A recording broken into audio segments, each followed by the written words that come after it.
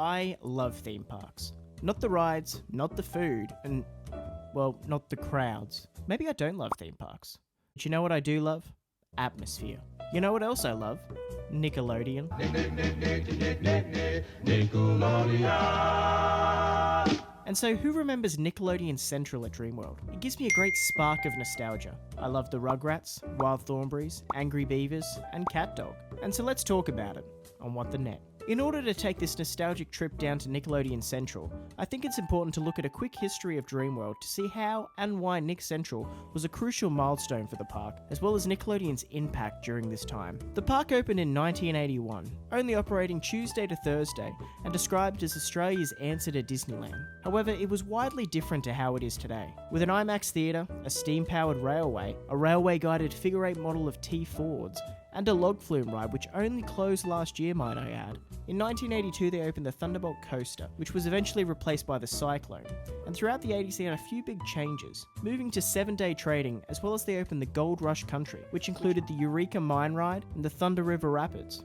In the 1990s, I feel Dreamworld really hit its stride, opening attractions like the Wipeout, the Giant Drop, and the Tower of Terror, whilst adding Tiger Island as a major drawcard still to this day. This is also when Kennyland opened, with a variety of kids' rides and attractions. However, it wasn't as big of a draw as it soon would be for kids, and more importantly, families. During the 1990s, Nickelodeon also hit big, with some standout shows and cartoons that for my generation give you that nostalgic punch. Notable shows included Rugrats, the Wild Thornberrys, Hey Arnold, Cat Dog, the Angry Beavers, and in 1999,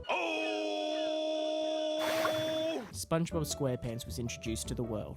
Nickelodeon now had an arsenal of marketable shows, and they started to capitalise on this in the 90s until really branching out in the early 2000s. This is when Dreamworld comes back into play. After signing a contract and a $7 million budget later, Dreamworld's Nickelodeon Central opened on December 26, 2002. This was a game changer for Dreamworld. Replacing Kennyland, which was very kid-centric, Nick Central was more family-orientated, with memorable characters you could actually meet roaming the park, while rebranding some of the existing rides, like making great use of the mountain and turning it into the Angry Beavers spinning coaster. They also added originals, with everyone including myself's personal favourites, including the hanging runaway raptor roller coaster and the Wild Thornberrys Rainforest Rampage. This was so much fun. It was a multi-level enclosure with soft foam balls that you could launch from stationary guns, air explosions, or just downright throw them at your mum, or somebody else's mum. There were no rules. Someone could just be yelling, "Stop, stop!" and you could just be on the second level blasting them with balls again and again, reloading faster and faster as they try to escape the balls, but it becomes overbearing.